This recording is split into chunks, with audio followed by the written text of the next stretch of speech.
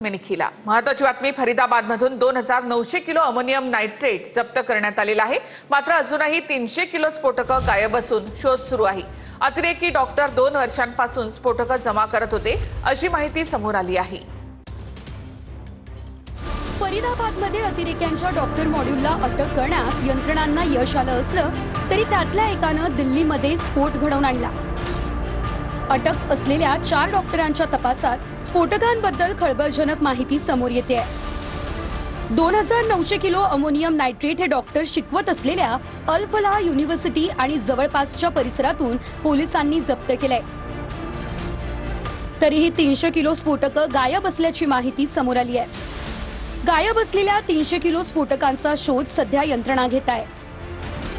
अतिरेक्यांच्या doctor module मधले doctor Muzammil आणि doctor Adil हे 2 वर्षांपासून स्फोटकं जमा करत होते। उमरनं लाल रंगाची इको स्पोर्ट्स गाडीही हल्ल्यासाठी वापरल्याचं समोर आलंय।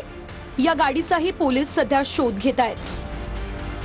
या स्फोटकांनी देशभर जैश ए मोहम्मदसाठी स्फोट घडवण्याचा डॉक्टरांचा प्लॅन होता। दिल्ली स्फोटाचे धागेदोरे तुर्की आणि अफगाणिस्तानपर्यंत असल्याची माहिती आता समोर येते।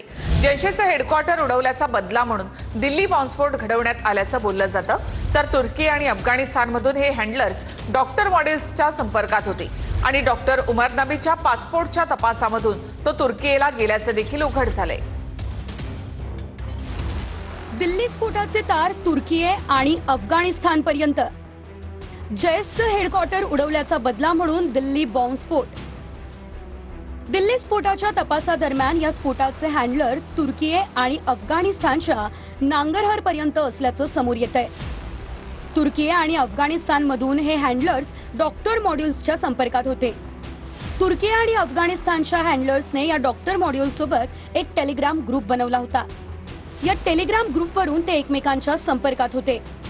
या टेलिग्राम ग्रुपवरच ते प्लॅन बनवत होते। डॉक्टर उमर नबी पासपोर्टच्या तपासातून तो तुर्कीला गेल्याचं देखील समोर आलंय। या 5 डॉक्टरांच्या मॉड्यूलमध्ये डॉक्टर उमर हा सर्वात जहाल होता। तो नेहमी देशभर स्फोट घडवण्याची भाषा करत होता। या प्रकरणात अटक असलेल्या डॉक्टर शाहीननं ही माहिती पोलिसांना दिली आहे। प्राथमिक तपासातून जैश ए मोहम्मदचं बहावलपूरचं हेडक्वार्टर ऑपरेशन सिंदूर दरम्यान उद्ध्वस्त केल्यामुळे त्याचा बदला घेण्यासाठी दिल्लीत स्फोट घडवण्यात आला। डॉक्टर उमर नबीनं दिल्लीमध्ये आत्मघाती स्फोट घडवून आणला। जम्मू काश्मीर पोलिसांनी टाकलेल्या एका छाप्यातून उमर नबी यापूर्वी पळाला होता। 26 जानेवारीला अतिरेक्यांच्या टार्गेटवर लाल किल्ला होता अशी धक्कादायक माहिती समोर आली आहे। अतिरेक्यांनी जानेवारीमध्ये लाल किल्ल्याची रेकी केली होती। आरोपी डॉक्टर मुजम्मिलच्या मोबाईलमधून हा खुलासा झालाय।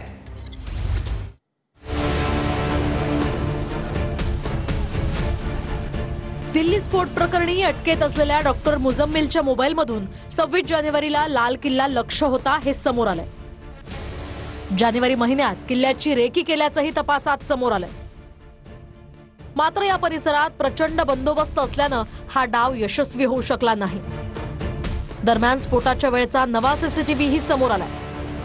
हा सीसीटीव्ही स्फोट झाला त्यावेळचा आहे। स्फोट इतका भयानक होता की स्फोटाच्या तीव्रतेनं सीसीटीव्ही बंद पडला। लाल किल्ल्याजवळ ट्रॅफिक सिग्नल जवळ कार स्लो झाली आणि त्याच वेळेस हा स्फोट होताना दिसतोय।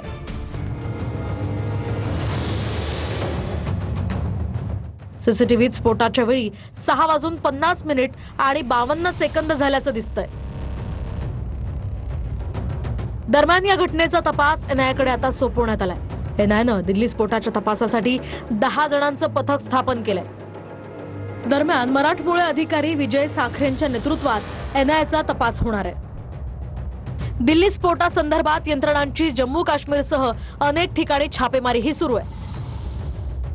तर भारत सरकारनं 2 दिवसांसाठी नेपाळ बॉर्डरही बंद केली आहे। या स्फोटाशी संबंधित काही आरोपी नेपाळमध्ये पळून जाण्याच्या शक्यतेनं हे पाऊल उचलण्यात आलंय।